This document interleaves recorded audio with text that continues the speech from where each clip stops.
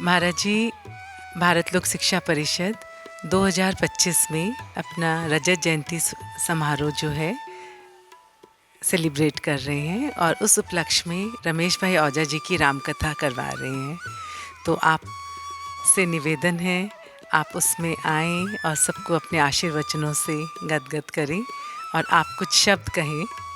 भारत लोक शिक्षा परिषद के 25 वर्ष पूर्ण होने के बाद जो रजत जयंती आप लोग मना रहे हैं, उसमें रमेश भाई ओझा की जो कथा करा रहे हैं, राम कथा, तो इसकी 3 विशेषताएं हैं। एक तो रमेश भाई ओझा बहुत प्रचंड विद्वान हैं और कथा उनको कंठस्थ है।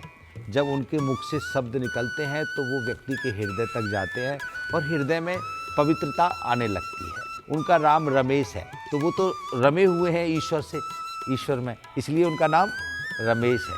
अब उनके साथ जो जुड़ते हैं लोग और जो उनकी कथा सुनते हैं, उनके मुख से निकला हुआ शब्द, ईश्वरीय वाणी जब उनके हृदय में जाती है तो उनका हृदय भी ईश्वर में रम जाता है।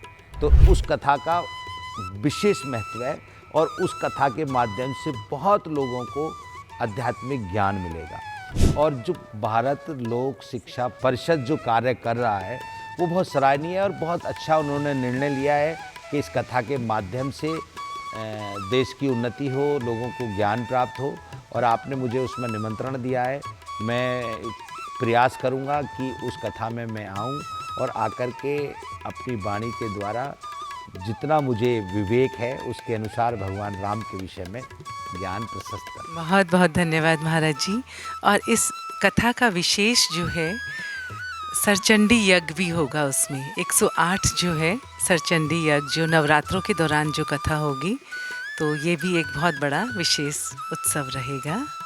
ये भी बहुत एक अच्छा कार्य कर रहे हैं आप, क्योंकि कलयुग में प्रत्यक्ष माँ भगवती हैं, तो सतचंडी यज्ञ होना अपने आप में बहुत बड़ी बात है। 10 महाविद्याओं को आप हविष प्रदान करेंगे, भोजन प्रदान करेंगे, सामग्री के माध्यम से 10 महाविद्याओं को जब आप भोजन प्रदान करेंगे तो कलयुग में कालिका संपूर्ण शक्ति का केंद्र है और वो प्रकट है, अदृश्य नहीं है, प्राकट्य है, उसका प्रत्यक्ष दिखती है।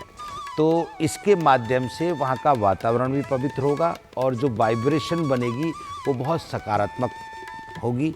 और जितने भी लोग कथा से जुड़ेंगे, चाहे वो डिजिटल के माध्यम से जुड़ें, चाहे वो शारीरिक बैठने के माध्यम से जुड़ें, चाहे वो प्रैक्टिकली आके वहाँ सुने, तो उनका भी कल्याण होगा और उनको मोक्ष मिलेगा। जय श्री राम। जय श्री राम।